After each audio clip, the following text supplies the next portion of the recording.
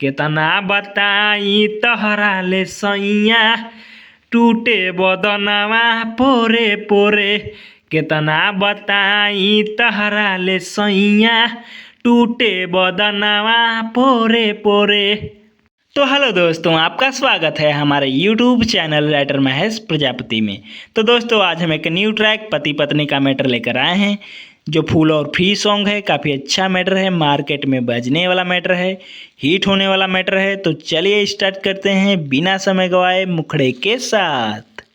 आइल बाड़ो बराले संगे बाड़ो सुतैले, पाजा में धके राजा जी माजा बाड़ो उठैले।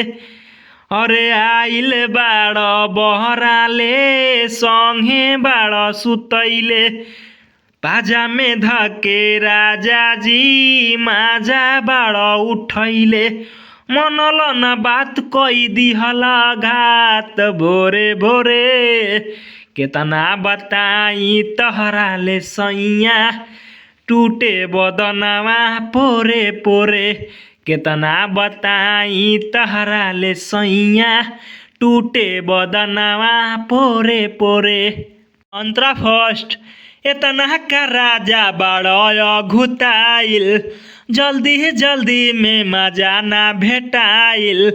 अरे एतना का राजा बाड़ो घुताइल, जल्दी जल्दी में मजा ना भेटाइल।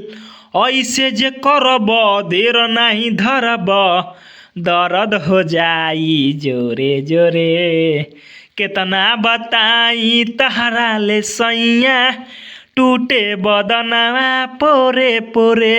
और केतना बताई तहरा ले सैया टूटे बदनवा पोरे पोरे।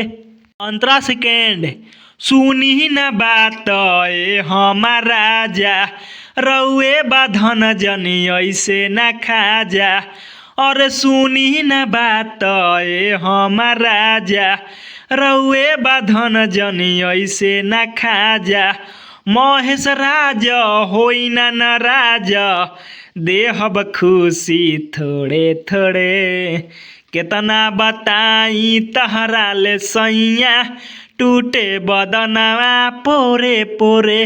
और केतना बताई तहरा ले सैया टूटे बदनवा पोरे पोरे। तो दोस्तों, इसी तरह का फुल और फ्री सॉन्ग पाने के लिए हमारे चैनल को सब्सक्राइब करें और वीडियो को लाइक करें, शेयर करें और कमेंट करें। तो चलिए मिलते हैं किसी नेक्स्ट वीडियो में किसी नए ट्रैक के साथ। तब तक के लिए बाय।